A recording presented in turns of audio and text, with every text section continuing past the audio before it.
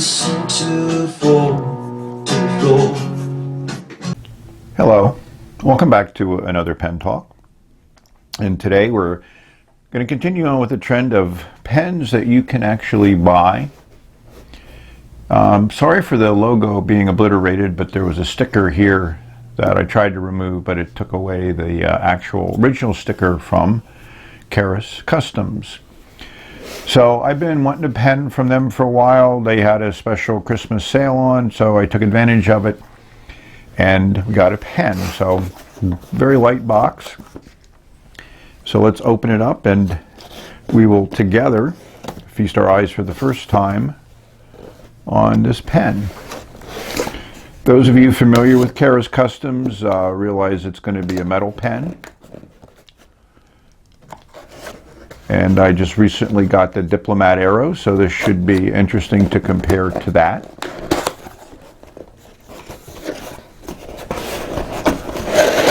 Ah, that was nice, okay. It's always good to see paper, a nice recyclable element in the box. And inside we have the Keras box. So I think one of the things that's always intrigued me is their build quality. And I think this is an excellent, simple package. Dozens of satisfied customers, that's nice. Very realistic there. And it just easily opens up. Get a nice little sticker, which is good. A little instruction booklet, which is always nice. You never know, could be a first-time pen user. And again, nice simple packaging. It appears that one of the cartridges exploded. It is cold here, so maybe the temperature got that to rupture, but I don't use cartridges, so that's fine with me. And then we see the pen, and first impressions is this is very nice.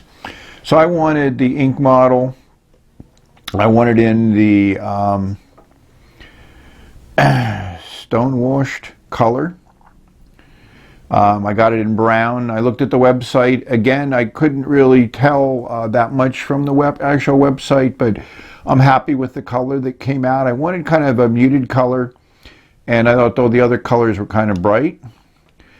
Unscrew, and the other thing I got was a brass section and a titanium nib. So I did a little bit of customization on the pen. It doesn't really post, but then probably shouldn't post. It feels nice. I mean, it certainly fits well in the hand. There should be a Schmidt converter here, because they include that with the pen, which is nice. Overall, for a metal pen, it's well made. It feels good in the hand, and like I said, I got brass here because I wanted to weight down towards the nib, and I thought that would give that to me. Nice stainless steel clip. I think it's good that that color kind of matches with the pen, and it's a pretty sturdy clip there. It's not going to bend out of shape. And if you have to, there's two set screws there that you could use to replace it if you needed to. So that's it. So next we're going to ink it up and take a look at it, maybe compare it to some other pens, and continue on. The size comparison, the Keras Custom Ink, Lamy All-Star, the Delta MoMA, all metal pens, Jinhao X450, which is also a metal pen, and for that reference an M800. So they're all pretty much good size within probably a few millimeters overall length. So let's take a look at them uncapped. And you know, like I say, the ink's not really meant to be posted, so it's just on there a little bit. Also, you can take a look at the sections, and I tried to line them up so the end of the section was in a row, so you get a chance to look at the section size and also the nib size. If we scroll in a little bit here, we'll get to just take a look at the nibs themselves. So I like the titanium nib. I like that kind of matte finish on it.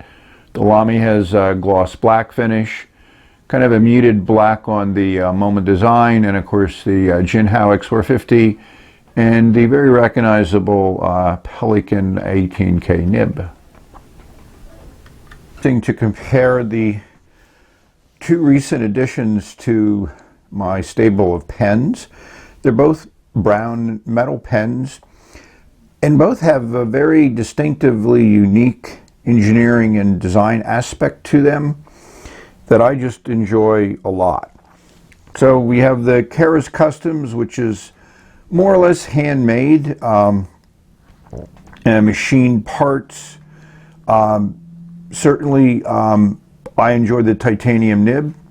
And then we have the Diplomat, which is a little bit lighter pen, certainly made differently, more machine-made than handmade, be my guess. There's a lot of interesting perspectives. This has a pull cap, this one has unscrew. And I think if you're going to think about machining and tolerances and things of that nature, you know, a screw cap, as long as the threads are okay, you're going to be all right. If you compare the sections, they're more similar than dissimilar in certain instances. Without the threads, you have a much longer section here. Both of them have a pretty significant step from the section to the barrel. The nib on the Diplomat is certainly bigger. You might call that a number 6, and that might be a number 5 on the Keras, but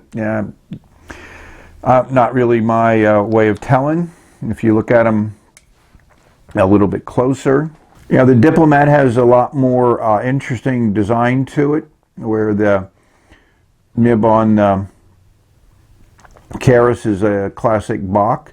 That's my first Bach titanium nib. Interesting that the feeds are similar between the two pens. Again, they are ink, so they are going to get stains on my finger. But the narrow part of the section here is about the same diameter, maybe a slightly bigger than the narrow part on the Diplomat. The Diplomat just extends up where this has more of an hourglass shape. The stone washed is really nice. I mean, when you compare the two browns together, both of them have their interesting perspectives. They're both a little bit matte. Obviously, the Diplomat is a much more matte. You're going to see imperfections and interesting differences in the Keras because it is, you know, stone washed. It's been tumbled. Kind of gives it that patina and that aged look, which I certainly like. So I just thought that would be interesting. The nibs write completely differently. Obviously, the steel medium nib in the Diplomat is a different writing experience than the titanium nib, and I enjoy both of them. That's one thing that's nice about having these two different nibs and these nice pens. It gets you a chance to experience that. One of the other things that I enjoy about the ink pen is the brass section.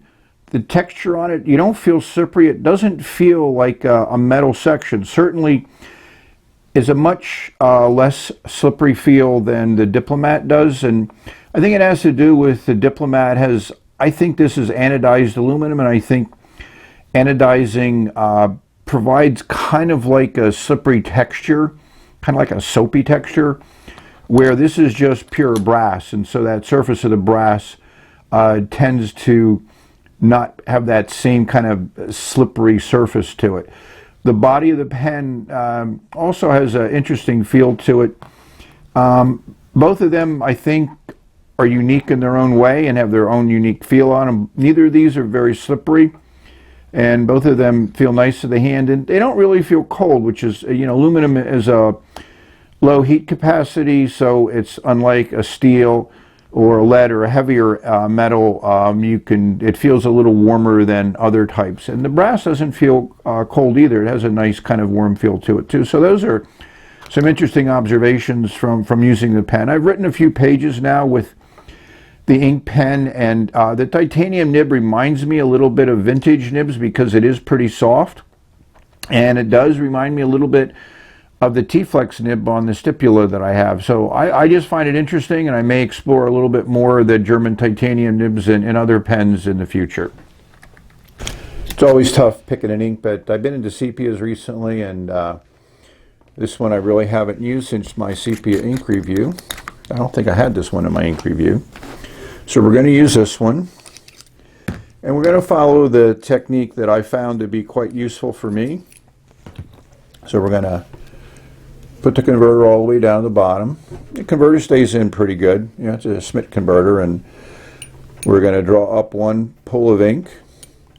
As you can see, the first pull, it does a little bit over half of the converter. We're going to go down. We're going to go back up a second time. As you can see, it's a lot fuller the second time around. And because I like to make certain that the feed is nice and flushed, and I didn't actually do a water wash and soap wash on this one like I usually do, so this is being inked up as received. So that's the final one. It doesn't look like it's going to get any more than that, but that's a pretty full fill. One thing that's nice about metal sections is ink doesn't stick to them, so the excess ink is easy to get off, so we're going to dab that up and set up it writing. So let's see how this titanium nib works.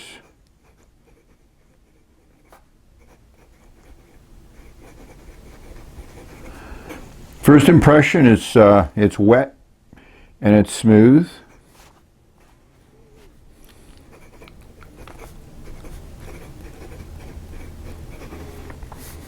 The other thing it's titanium is known for, the other titanium nib I have is the T-Flex from Stipula.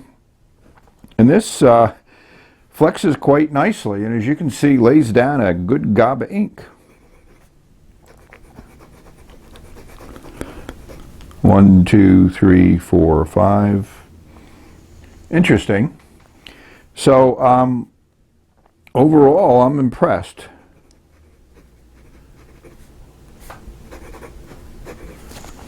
Let's see how the close-up works on that nib.